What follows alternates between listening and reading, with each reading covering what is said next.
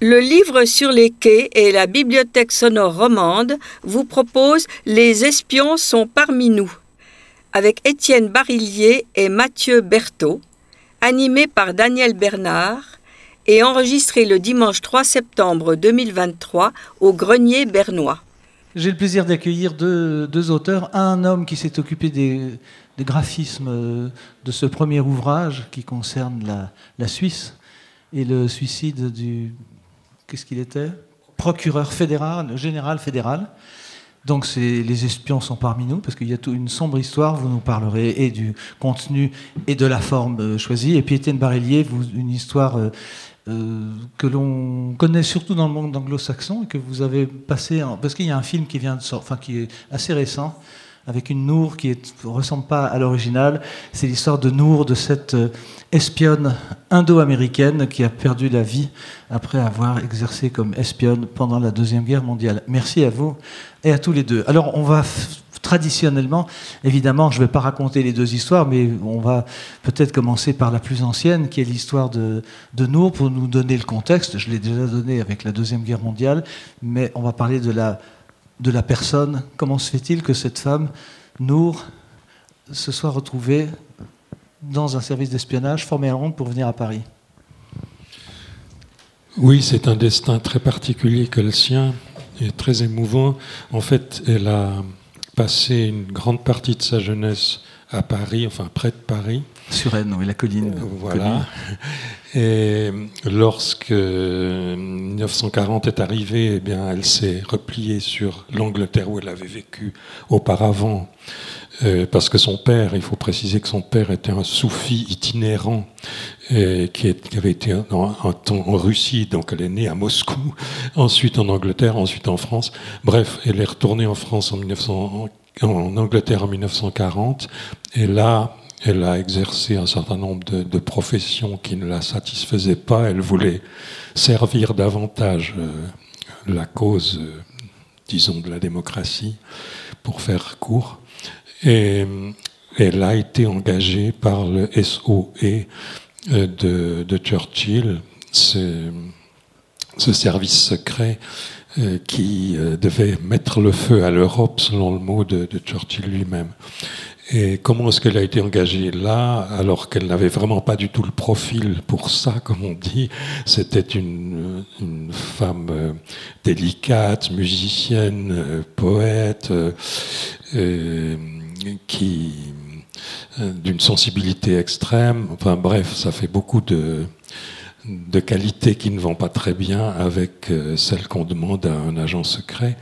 Mais elle avait une qualité qu'on demande aux agents, en tout cas aux opérateurs radio et opératrices, c'est une grande habileté à taper sur son le clavier. Voilà, enfin l'instrument qui sert à envoyer des messages. Et une habileté aussi à coder les messages, parce qu'évidemment, les messages qui étaient envoyés étaient codés, ça va de soi. Là, on y reviendra après, parce que vous décrivez vraiment par le menu l'intelligence du codage, du décodage et des messages implicites dans les codes, etc. Ça, c'est la première partie, c'est votre roman, basé sur la réalité. Mais on accède à l'histoire à travers une chose où on se laisse porter, mais on reviendra aussi sur ces thèmes. Vous avez illustré, donc vous êtes l'imagier, comme on le disait jadis, de cette histoire tragique du suicide d'un procureur général. Racontez-nous comment vous êtes arrivé dans ce projet. En fait, c'est Éric Burnand, historien et journaliste, qui s'était penché sur cette histoire, dont on avait parlé assez, disons, brièvement il y a quelques années. Je crois qu'un journaliste suisse-allemand avait déjà enquêté un peu sur cette affaire qui avait marqué les esprits dans les années 50. C'est donc le suicide du procureur René Dubois, qui accède au plus haut poste à responsabilité de la Confédération, et qui se suicide dans des circonstances étranges, et on a longtemps pensé qu'il avait peut-être été assassiné, etc. Bref, quand les archives ouvrent après une cinquantaine d'années, Éric, donc lui, fait un certain nombre de recherches, ressort des documents et se dit cette histoire est incroyable, elle est pour le coup, alors tous les personnages qui la composent sont beaucoup moins ambigus que celui de Nour, puisqu'ils ont vraiment la tronche de l'emploi, en quelque sorte. C'est vraiment une histoire qui rejoint la fiction. Avec un genre Matahari, avec un vilain français, salopard, Mercier. Il faudra peut-être donner quelques détails. Est-ce que c'était idéal pour Éric Burnand et pour vous de faire une BD, entre guillemets, une sorte de BD qui fait penser plus d'ailleurs à une série ou un docu-fiction? Oui, l'idée c'était aussi vraiment de retranscrire une certaine atmosphère de ces années 50 où les gens fument, une atmosphère de polar en fait et de roman noir. Et puis, comme souvent disait Eric, il préférait faire une bonne BD qu'un mauvais roman, quoi, à partir de cette matière, quoi. Et comme on est deux, peut-être que c'est aussi plus simple. C'est même sans doute plus constructif, qu'on reviendra sur la forme, parce que vous avez et une BD et des interruptions où on vous dit tout d'un coup voilà qui il était vraiment. Puis à la fin, vous avez le dossier. Enfin, c'est vraiment vous lisez ça, vous ne quittez plus le livre, ça se lit presque d'une traite, sauf qu'après on oublie un peu les noms parce qu'ils sont quand même un peu. Sauf que Mercier, on se souvient, et il y a beaucoup de gens. Quant à vous et quant à Nour, elle prend parti pour la France parce qu'elle est tombée amoureuse de Suresnes et de son séjour parisien, parce que depuis Suresnes on voit Paris, c'est quand même très beau.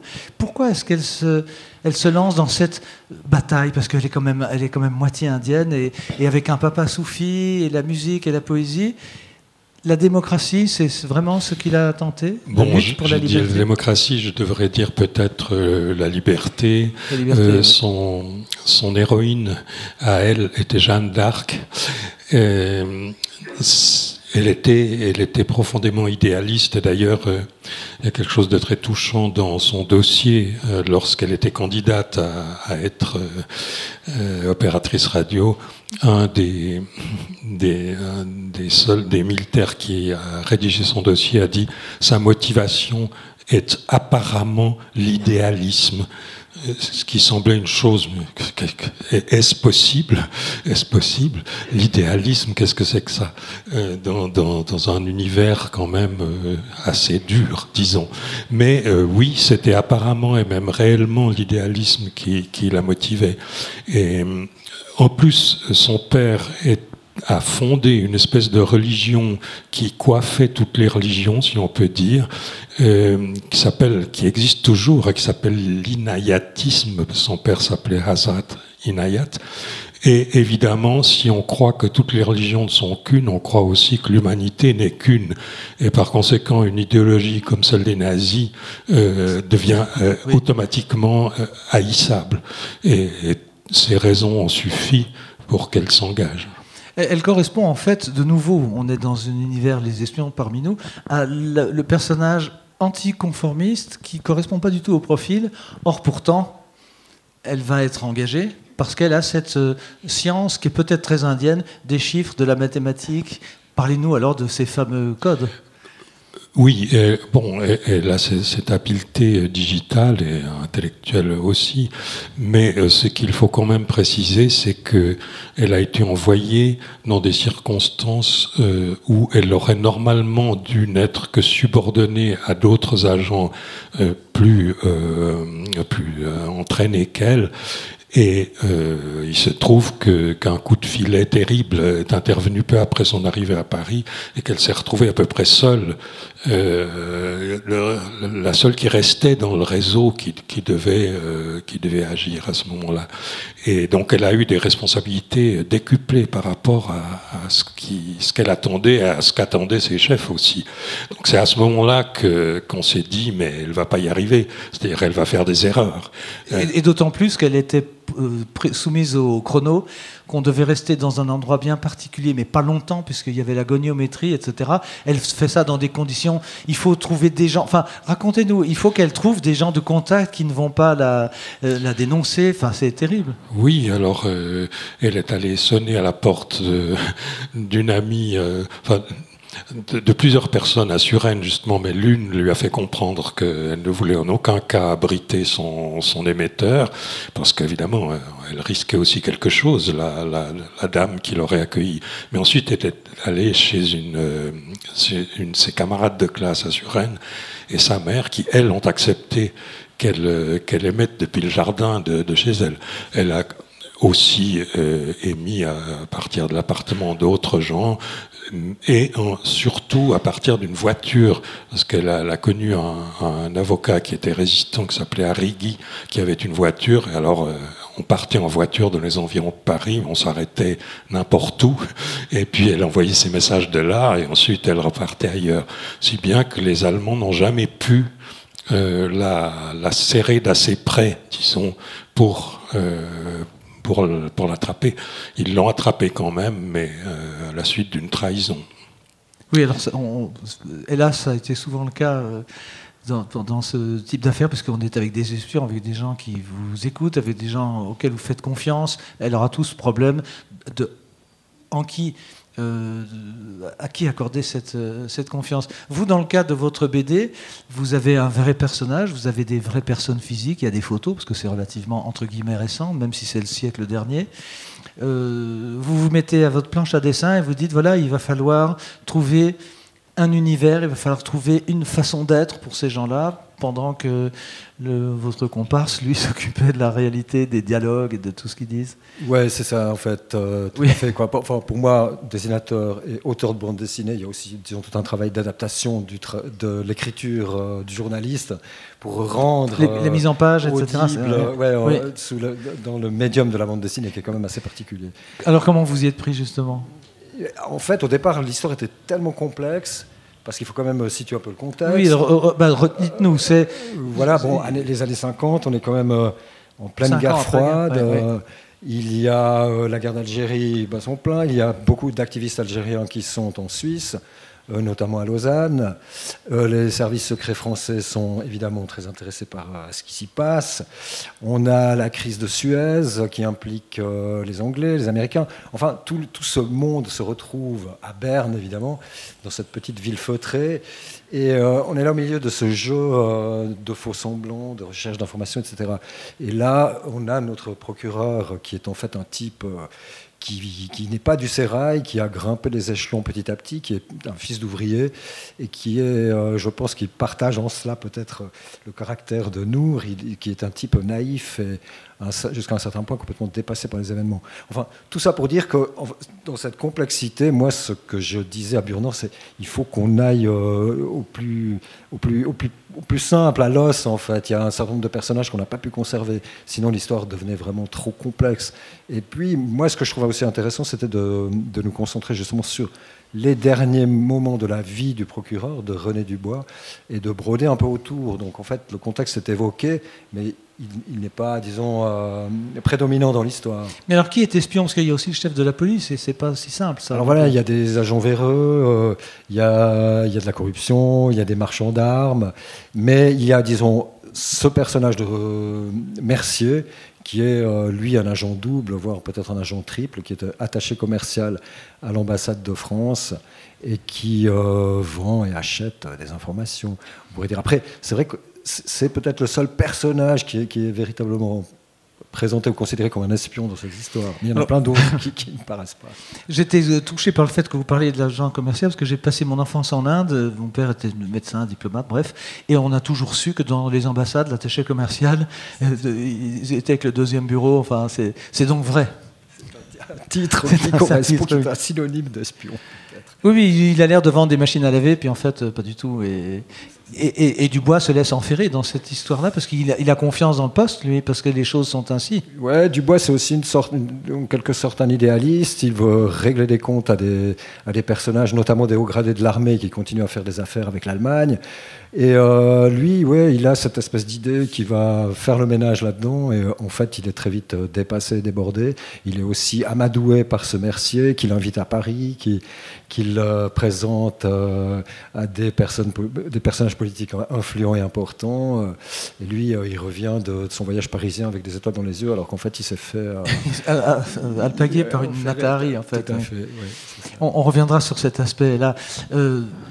Pour nous et concernant nous, on va être obligé d'avancer dans le temps. On parle juste des codes. Vous dites qu'il faut mettre une idée. Bon, alors, les sanglots des violons, par exemple, pour ne citer que celui-ci. Mais dans le code implicite que l'opérateur doit inventer à chaque fois, il doit aussi avoir un sous-code qui permet à Londres de comprendre je suis libre, nous sommes cernés, nous sommes en menace. Comment elle se débrouillait et comment Londres, avec tous les ratages qu'il y a pu avoir? Oui, là, il est arrivé des ratages terribles. C'est-à-dire qu'un agent qui est arrêté envoie un signe qui doit dire qu'il est arrêté, c'est-à-dire un check, un true check, et on lui répond vous avez oublié de mettre votre check, ne recommencez plus, c'est très vilain, alors qu'en fait il l'a fait parce qu'il était arrêté. Donc le drame qui s'est produit souvent, c'est que les patrons des agents ne supportaient pas l'idée qu'ils soient arrêtés. Et jusqu'à ce qu'ils soient convaincus qu'ils étaient pris, il se passait beaucoup trop de temps, très souvent.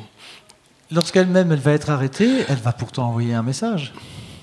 Alors là, c'est une affaire qui n'est pas complètement élucidée. Certains disent qu'on l'a forcée à envoyer un message et qu'elle a pu, dans ce message, envoyer une certaine phrase de 18 lettres qui était un troisième check qu'elle avait convenu avec un seul homme à Londres, qui était vraiment hyper secret. Et que par conséquent elle a pu faire comprendre qu'elle était prise. D'autres disent qu'on ne lui a jamais rien demandé une fois qu'elle a été arrêtée. On ne lui a pas demandé d'utiliser la radio, je vais dire, d'envoyer des messages, que les Allemands avaient suffisamment de documents pour faire semblant d'être elle, mais ça on ne saura jamais exactement. Ce qu'on sait, c'est que Londres a mis beaucoup de temps là aussi à admettre qu'elle était prise. Quand elle est prise, elle va être sujette à un double jeu terrible des autorités allemandes. Donnez-nous quelques indices, entre autres cet Allemand qui devient sympathique, qui lui attire cette sympathie sans vraiment la torturer. Enfin, c'est tragique aussi, ça. C'est pas vraiment un double jeu, c'est-à-dire que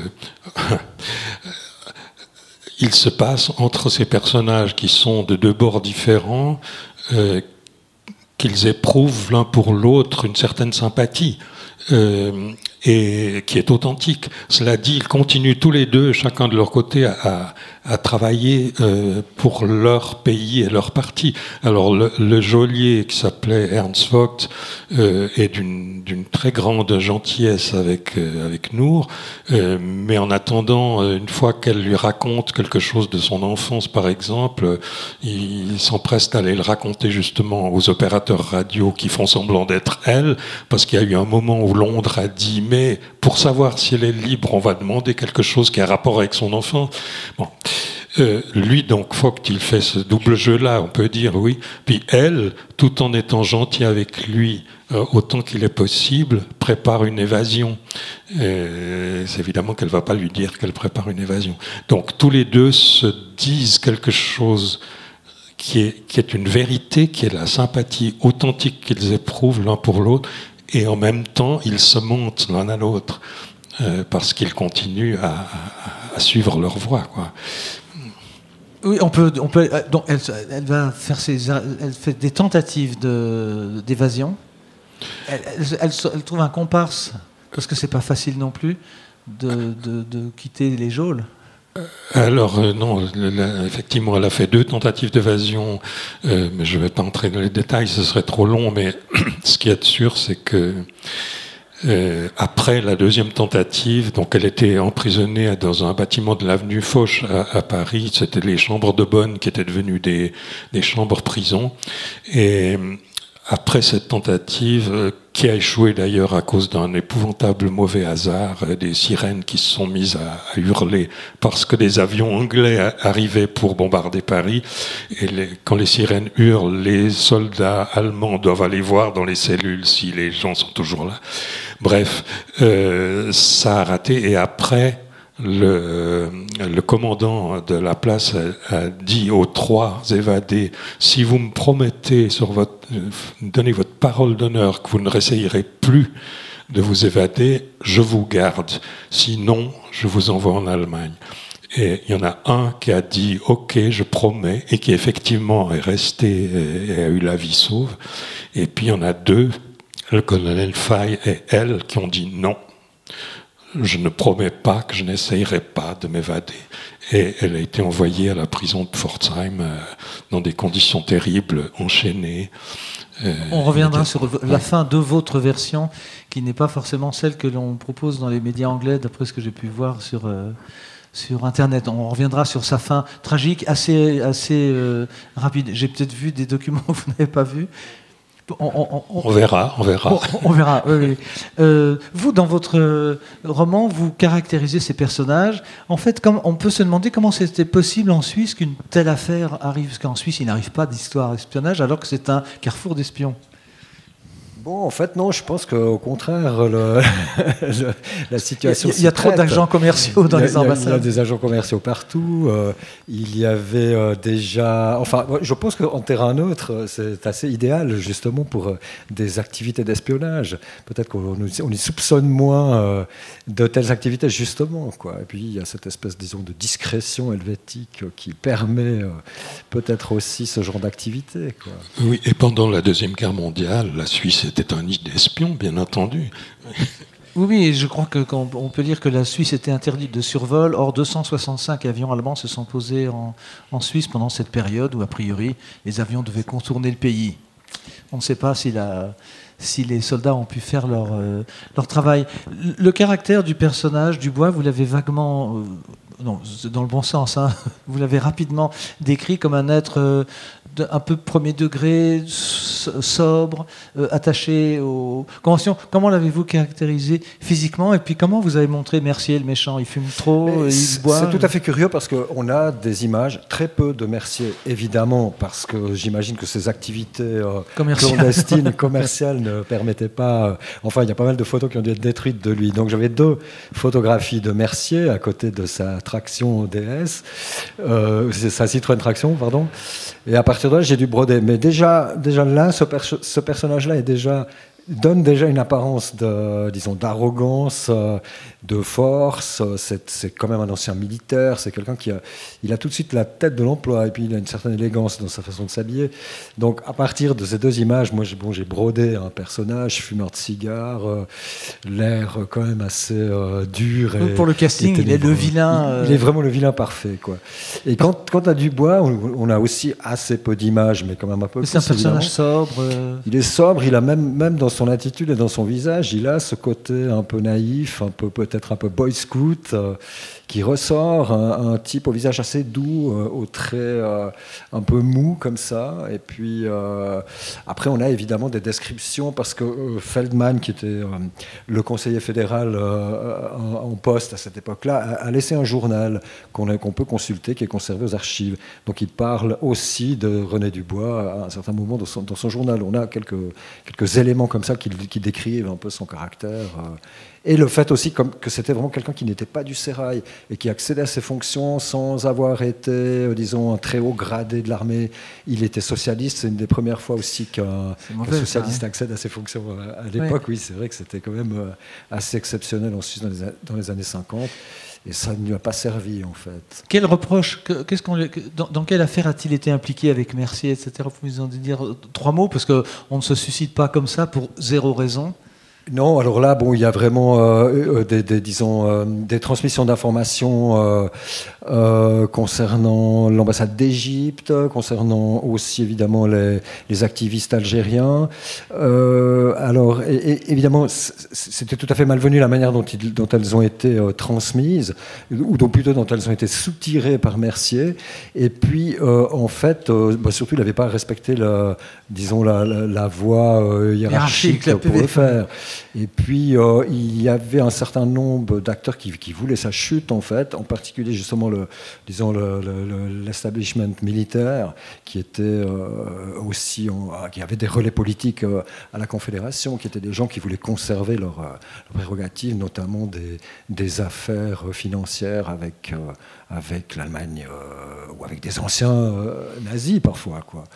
Et voilà, Dubois qui voulait, dans son idéalisme, régler leurs comptes, entre autres à ses militaires, se faisait en plus des ennemis des ennemis supplémentaires dans cette histoire. Donc il s'est vraiment retrouvé à un moment donné acculé, sans avoir vu, disons, grossir ce possible scandale qui allait de toute façon à un moment ou à un autre éclater. Il y a des témoignages de la famille, de la femme ou de son entourage ? Il n'a pas laissé de descendants, il n'avait pas d'enfants. Il avait sa mère est morte quand il était très jeune. Son père avait émigré aux États-Unis quand il était aussi assez jeune. C'était un moment où une crise profonde avait lieu, notamment dans le canton de Neuchâtel, d'où il était originaire. Donc lui, c'était vraiment un peu une sorte de self-made man comme ça. Et à part sa femme, qui a sombré dans l'oubli très vite, on a personne qui l'avait vraiment connu, quoi. Il reste peut-être un journaliste qu'il avait interviewé, qui était encore vivant il y a quelques années, mais sinon, personne n'a pu vraiment parler en son nom après sa mort. En fait. À quel moment vous êtes intéressé à ce personnage-là ? On va évoquer la fin de Nour, peut-être, et puis vous me dites pourquoi parce qu'ils sont plus nombreux, elle vous a particulièrement touché. Oui, pour ce qui est de la fin de Nour, vous m'inquiétez, je me réjouis de vous entendre. Mais disons que pourquoi est-ce qu'elle m'a fasciné ? Justement parce que c'est un paradoxe vivant, c'est-à-dire c'est une personne, encore une fois, fragile, délicate, musicienne, poète. Elle a écrit des textes pour enfants et voilà qu'elle est engagée dans cette entreprise cruelle. On savait qu'un opérateur radio parachuté vivait en moyenne 6 semaines, enfin était en liberté en moyenne 6 semaines. Et donc elle savait parfaitement ce qu'elle faisait en acceptant ça. Et au fond, c'est le mystère de ce courage qui m'a beaucoup impressionné. Et ce courage chez une personne dont peut-être on ne l'attendrait pas.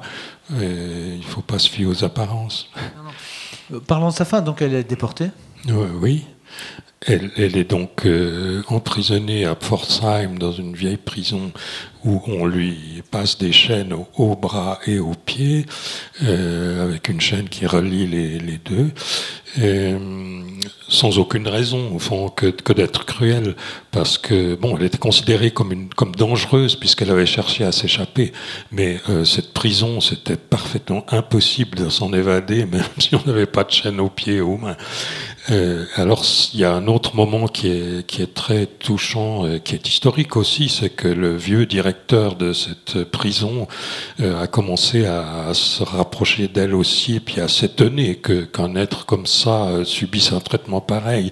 Et il a essayé de lui faire ôter ses chaînes, et pendant un certain temps, on lui a ôté ses chaînes, elle a pu même se promener dans la cour. Ensuite, c'est venu aux oreilles des supérieurs qui ont dit « vous remettez les chaînes ». Et puis ensuite, elle a été, quand les armées alliées se sont rapprochées, enfin en 1945, la débâcle commençait, elle a été mise dans un train pour Dachau, et là, elle a été tuée horriblement. Elle avait donc Jeanne d'Arc pour héroïne. Jeanne d'Arc a été brûlée. Elle aussi, apparemment, était encore vivante quand elle a été jetée dans un four. Voilà ce qu'on sait. La version que j'ai vue dans un document anglo-saxon, on la revolvérise. 2 coups de feu, mais peut-être... Voilà, je profite de l'occasion pour vous poser la question. Vous tapez Nour, Winayat Nour Khan, et vous avez plein de documents dont le lancement... écoutez, si c'était seulement le revolver, tant mieux. C'était le moindre mal, on va dire. Mais, oui. Est-ce que des choses comme ça, des procureurs isolés ou des opératrices, est-ce que ça existe toujours de nos jours quand on voit la recrudescence des guerres, la persistance de l'espionnage, du cyberespionnage, etc. Est-ce que vos histoires sont typiques d'une certaine époque ou bien on peut les transposer à aujourd'hui ? On va commencer par le plus récent, c'est-à-dire la cyberattaque. Oui, les moyens ont changé. D'une certaine manière, si on pense aux empoisonnements qui ont été assez largement médiatisés, ou qui finissent dans un hôtel à Genève. Voilà, par exemple, on se rend compte en fait que, malgré le fait que les technologies ont évolué, les moyens, disons, de répression utilisés par les espions sont restés presque les mêmes, au fond. Des fléchettes empoisonnées, ce genre de truc, c'est toujours, ça existe toujours. James Bond est toujours parmi nous, si j'ai bien compris. Il semblerait, quoi. Quand vous parlez, c'est quoi le profil d'un espion ? C'est un menteur. La question se pose à vous deux, bien sûr. Je ne sais pas si c'est un menteur. C'est plus complexe. Il doit. Bon, je tiens à préciser que Nour n'était pas une espionne, elle était une agente. C'est pas la même chose. Agente et opératrice. Ouais. Voilà.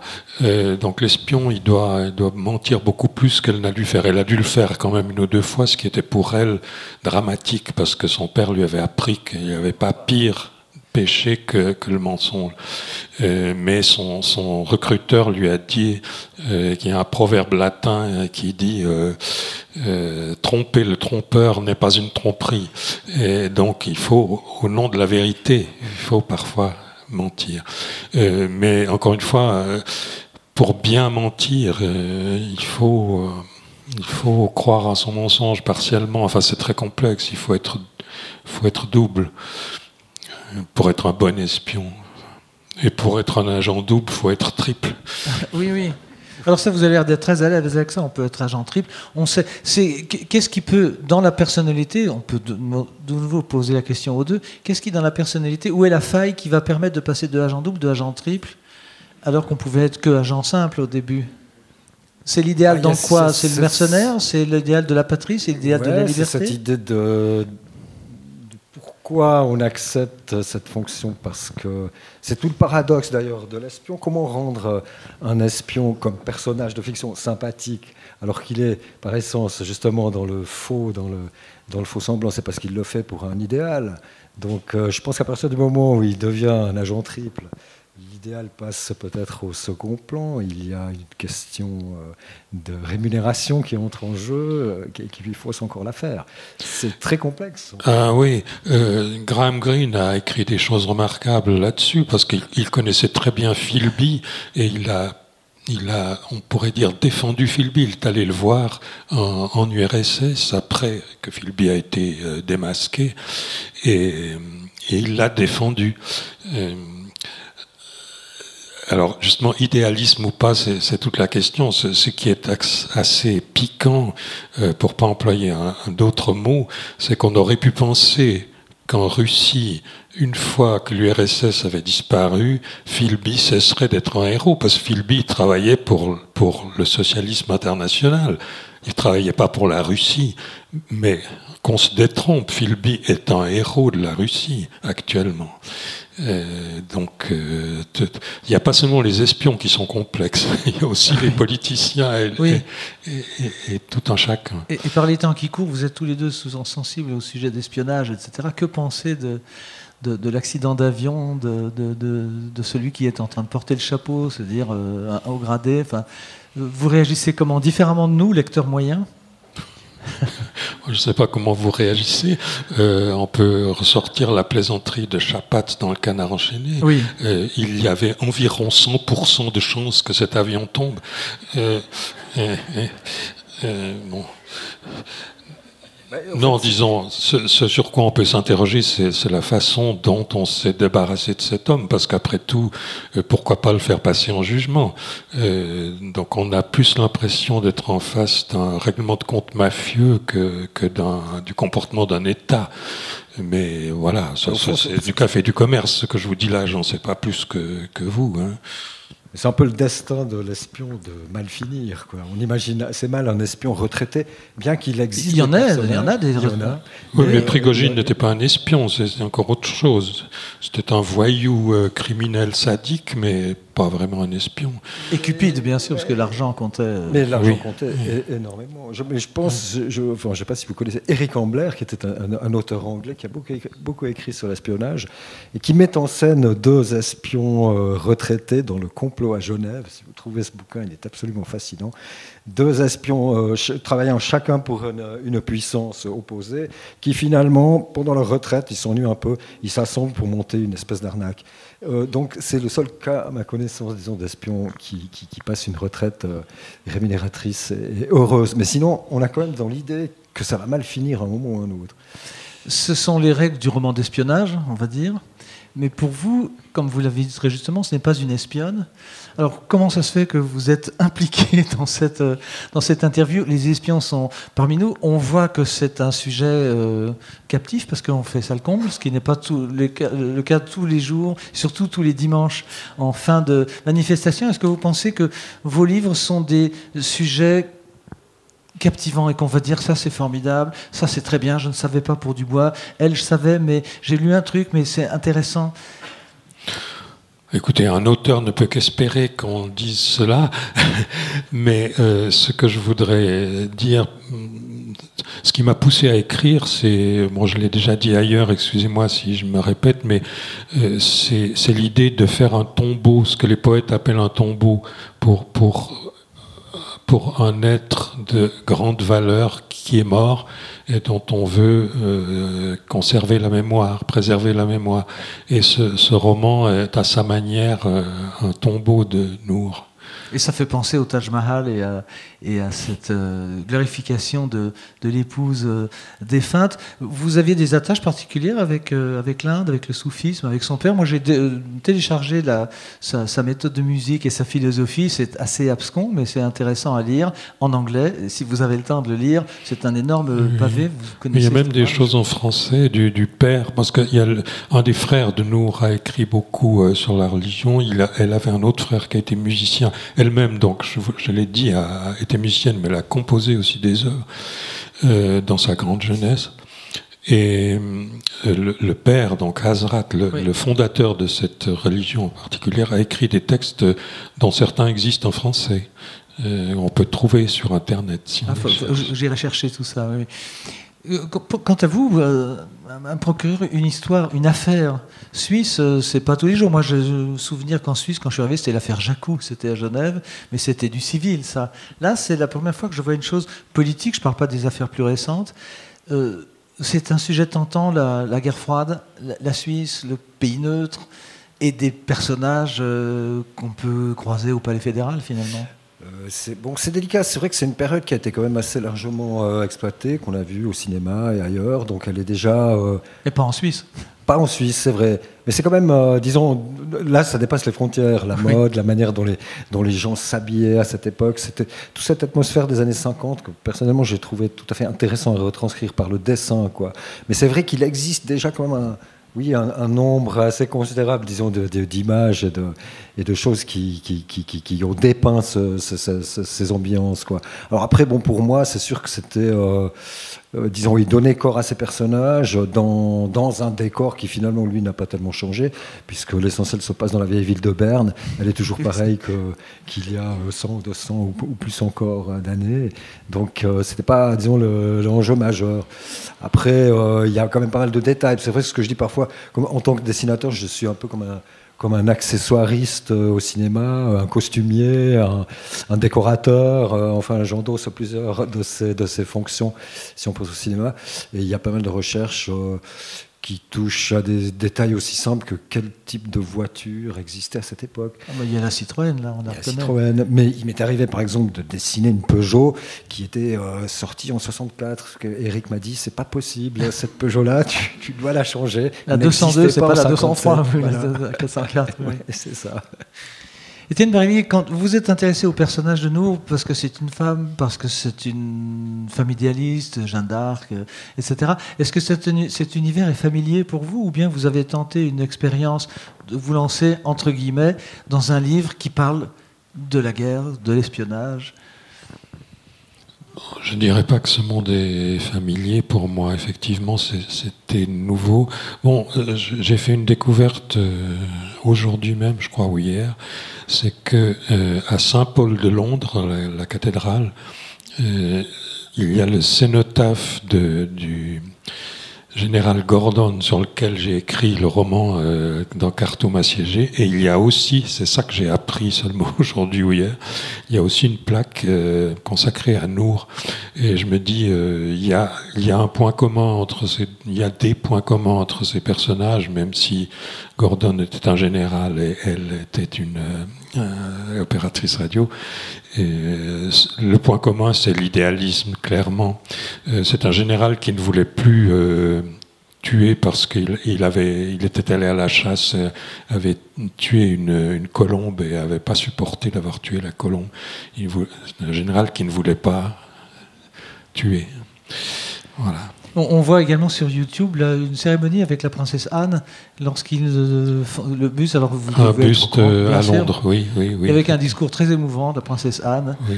Et là, je crois qu'on a joué et chanté une petite musique que Nour avait composée. Exactement. Oui, si on regarde la version complète du document.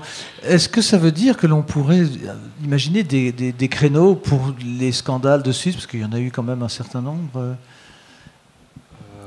Oui, il y en aura encore, certainement aussi, mais qu'on ne connaîtra peut-être pas tout de suite. Parce que c'est la réserve de l'histoire, là, vous aviez les mains libres parce que le temps a passé? Il y a de ça, c'est aussi le paradoxe de ce genre d'histoire, c'est qu'elles sont étouffées au moment où elles sortent, parce qu'elles impliquent trop de gens. Comment la population avait réagi à l'époque? Ça avait fait un tollé? Ça avait fait un scandale, ça avait quand même été repris dans la presse internationale, on en avait parlé dans le Sunday Times, il y a des copies justement de ces articles, enfin, dans le dossier final. Donc ça avait fait grand bruit pendant assez peu de temps, parce qu'on a bien sûr vite fait d'étouffer un peu cette histoire et de charger du bois. C'était, enfin, ça avantageait beaucoup de monde qu'il se ramasse toute la faute. En plus, il n'était plus là pour en parler. Donc voilà. Et puis ensuite, évidemment, c'est sombré dans l'oubli. Et quand on ressort ça 50 ans après des archives, ça n'intéresse plus non plus grand monde. Mais c'est justement un matériau qui est super intéressant. Évidemment pour, je confirme ça, oui. pour de la fiction ou du documentaire, et qui remet en lumière, disons, non seulement une période que les gens... Enfin, que la plupart d'entre nous n'ont soit pas connu, soit oublié, mais en plus, bien souvent, ce sont des histoires qui sont appelées à se répéter. Donc voilà, on n'est quand même pas dans de la stricte histoire, et ce sont des vieilleries qu'on reverra certainement à l'avenir, peut-être. Jusqu'à ce jour, c'est les anglo-saxons qui ont consacré une ou deux biographies, un film récemment. C'est la première fois qu'une plume française se charge du dossier de Nour. Pour être tout à fait honnête, non. Il y en a un autre avant vous? Il y a une vingtaine d'années, je ne dirais pas qui c'est, parce que je ne pense pas un extrême bien de ce qui a été écrit à l'occasion. C'est un roman, c'est vraiment ce qu'on appelle de l'histoire romancée, c'est-à-dire il fait tirer le coup de feu à Nour dans des restaurants parisiens, enfin des choses qui... Des totales inventions, quoi, et absurdes, parce qu'évidemment c'est pas en agissant comme ça qu'on reste discret, ce qu'elle avait besoin d'être. Mais sinon, à part cette tentative-là, donc qui date déjà d'une vingtaine d'années, je crois qu'il n'y en a pas eu en effet dans le domaine français. Et c'est vrai que la France a peut-être un peu tardé à reconnaître parfois l'action d'agents anglais au service de la France. De Gaulle n'en voulait pas trop, il les a un peu chassés du territoire dès qu'il a pu. Absolument, oui. Mais voilà, c'est comme ça. Sinon, ce que je voudrais dire encore peut-être, c'est que au fond, la cause qu'a défendue Nour nous paraît à tous, je pense, la bonne cause, la grande cause, la cause humaine par excellence. Et peut-être ce qui est plus difficile aujourd'hui, c'est de voir aussi clair, tout simplement dans l'histoire. C'est-à-dire de voir et d'avoir une cause aussi claire à embrasser que l'était l'antinazisme à l'époque. Et il faut beaucoup de clairvoyance, vraiment. Et vous êtes à l'aise avec la version que l'on lit? Ça paraît une évidence, son combat paraît légitime, son sacrifice le paraît aussi. Est-ce que c'est plus facile que de dépeindre des méchants comme vous le faites, vous, avec Mercier, qui est l'agent commercial de l'ambassade? Je dépeins aussi des méchants dans mon livre. Oui, non, il n'y en a pas beaucoup. Il y en a quelques méchants, parce que les tortures existaient. Quand elle arrive de l'avenue Foch, c'est un endroit où c'était quotidien. Oui, le jeune homme qui l'arrête était vraiment un sale bonhomme, qui a très mal fini aussi, mais tué par erreur. Mais bon.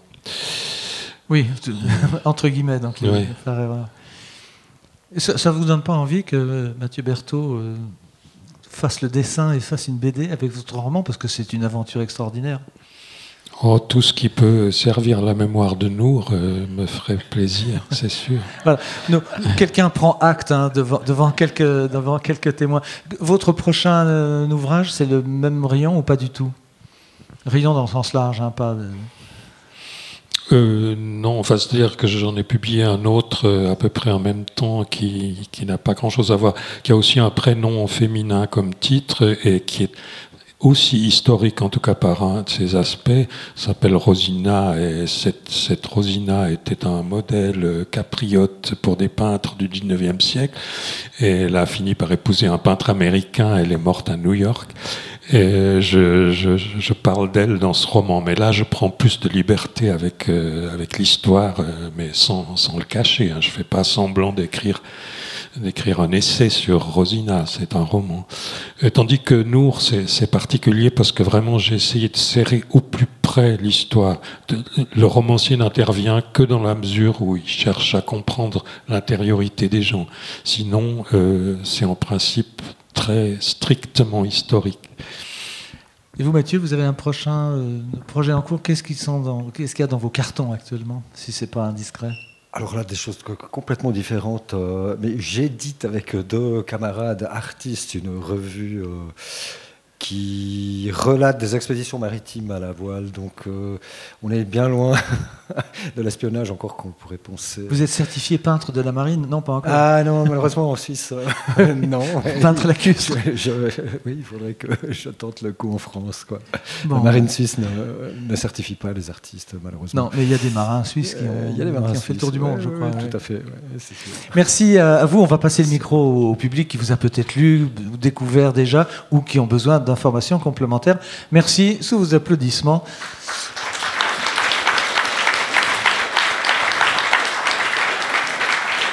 Et il y a un micro tenu par un jeune homme qui va vous le tendre quand vous avez une question à poser haut et clair, bien sûr.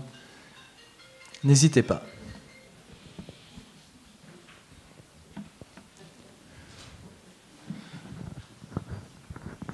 On va pas faire une interrogation écrite pour qui a lu le livre, qui n'a pas lu le livre, qui connaissait ses affaires, qui peut. Y a-t-il des contradicteurs qui connaissent peut-être l'une ou l'autre histoire et qui ont un avis tranché sur cette question? Bon, alors prenez une feuille blanche, vous mettez la date en haut à droite. Je plaisante, bien sûr.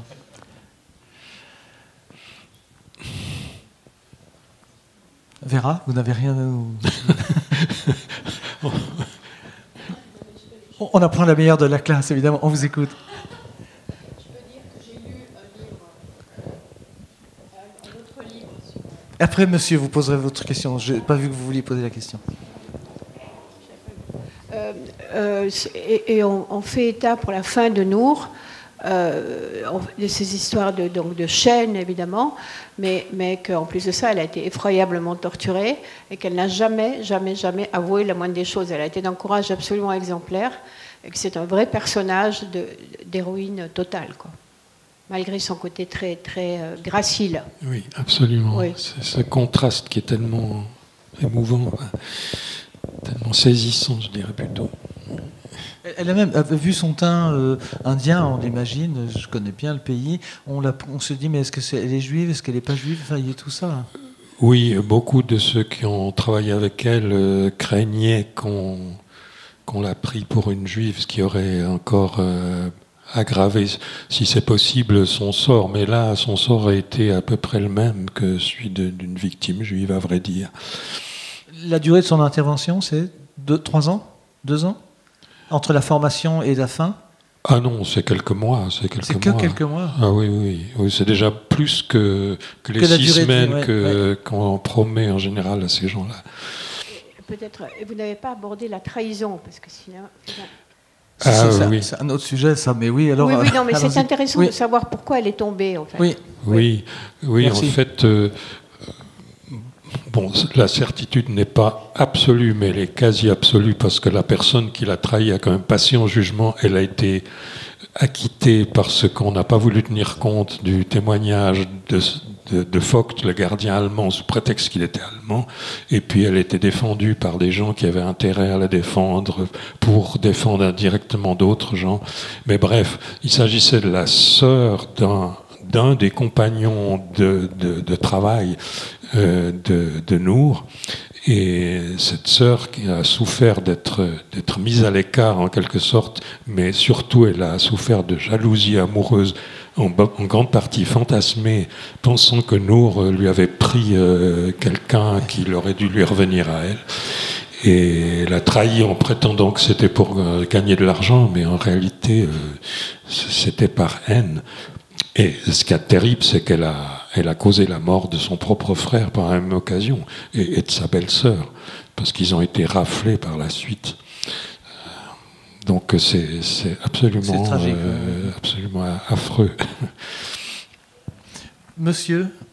Oui, alors, je pense, si vous êtes à court d'idées, ce que je ne pense pas, je vous propose pour votre prochain roman de mettre un petit peu le nez dans les histoires entre le football et aussi certains procureurs de la Confédération. Ce sera beaucoup moins sanglant, mais beaucoup plus puant. Mathieu, oui. Une réponse. Faites-nous un dessin, oui. Oui, alors justement, non, mais s'il faut faire figurer des scènes de sport, ça va être compliqué, quoi, parce que c'est trop difficile. L'argent, d'accord, il faut un peu des deux, quoi. Le sport et l'argent, ça va souvent ensemble, n'est-ce pas? Ah bon? D'autres questions? Si ce n'est pas le cas, eh bien, nous allons lever la séance. Vous remerciez tous d'être venus aussi nombreux pour accueillir nos deux auteurs. Merci à vous, merci Étienne, merci Mathieu. Merci. Et bonne fin de salon. Merci beaucoup. C'était « Les espions sont parmi nous » avec Étienne Barillier et Mathieu Berthaud, enregistré le dimanche 3 septembre 2023 au Grenier Bernois par la Bibliothèque sonore romande pour la 14e édition du Livre sur les quais.